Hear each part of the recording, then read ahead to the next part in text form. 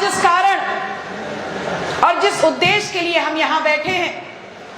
तो सबसे पहले ये जरूरी हो जाता है कि हम समझें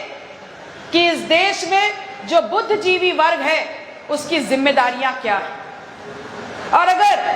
बुद्धिजीवी वर्ग की जिम्मेदारियां का निर्वहन वो नहीं करते हैं, तो निश्चित तौर पर याद रखिए कि आजाद भारत में जो आज हम परिस्थितियां देख रहे हैं, उससे भी विकट परिस्थितियां अभी आने को बची हैं। दुनिया की राजनीति में और विश्व के सबसे बेहतरीन लोकतंत्र इस भारत का एक हिस्सा है, और उस लोकतंत्र का हिस्सा है जिसका आधार समानता है, समता है। और समानता सिर्फ कागजों में नहीं बल्कि धरातल पर समानता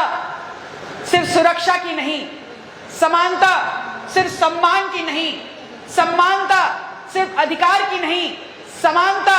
अवसरों की नहीं, बल्कि समानता इस देश में हर प्रकार से अपनी जिंदगी जीने की। लेकिन 75 साल की आजादी में हम सभी अगर अपने अगल बगल देखें,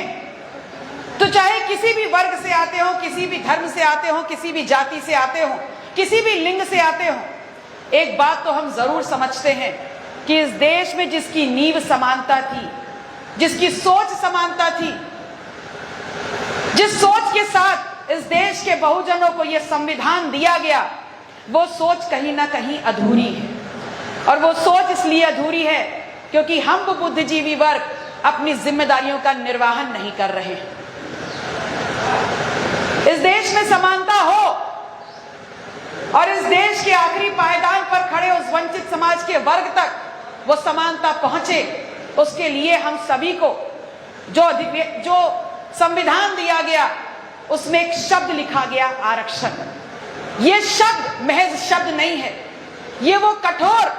और सबसे तटस्थ एक कदम रहा है जिसको अगर साक्षर पालन कर लिया जाता तो इस आजाद भारत में आज समानता कायम हो गई होती। और विश्व में अनेक उदाहरण मिलते हैं कि जब जब अन्याय के खिलाफ आंदोलन हुआ है, नई सत्ता स्थापित हुई है। चाहे आप श्वेत अश्वेत का आंदोलन देख लीजिए, नेल्सन मंडेला ने आंदोलन करके नया सत्ता स्थापित कर दिया।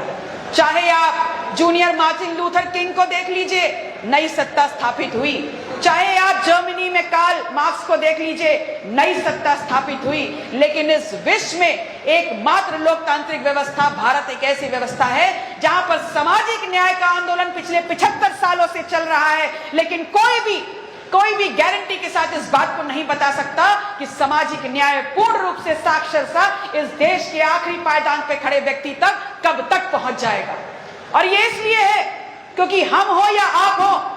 हम जो बौद्धिक वर्ग कहलाते हैं, जो बुद्धिजीवी वर्ग कहलाते हैं, वो समझते तो सब कुछ हैं, लेकिन अपनी जिम्मेदारियों का निर्वहन नहीं करते। हम मूल कारण है कि आज इस देश में पिछड़े, दलित, आदिवासी, वंचित समाज की जो स्थितियां हैं, जो परिस्थितियां हैं और उनका जो शोषण हो रहा है, उसका मूल आधार सरकार नहीं, उसका मूल कारण हम और आप हैं, क्योंकि अपनी जिम्मेदारियों का निर्वहन हम नहीं कर रहे। हमको आरक्षण मिला, और जब जब इस देश में आरक्षण की बात होती है, तब तक क्षमता पर सवाल उठाए जाते हैं। और क्षमता पे अगर सवाल उठते हैं तो मैं कहती हूं बहुत वाजिब सवाल है, लेकिन वाजिब सवाल हमारी क्षमता को लेकर नहीं है। वाजिब सवाल तो उनकी क्षमता को लेकर के होना चाहिए जिन्होंने आजादी के साथ इस देश के हर उस मलाईदार पोस्ट पर अपना कब्जा जमा लिया अपनी क्षमता के आधार पर, और हमको पीछे ढकेलने का काम कर दिया। अपनी क्षमता के आधार पर, अपनी सोच के आधार पर, अपनी नीति और नियत के आधार पर 75 साल में इस देश को चलाते चलाते आज इस विश्व का सबसे बड़ा कर्ज में डूबा हुआ देश बना दिया है।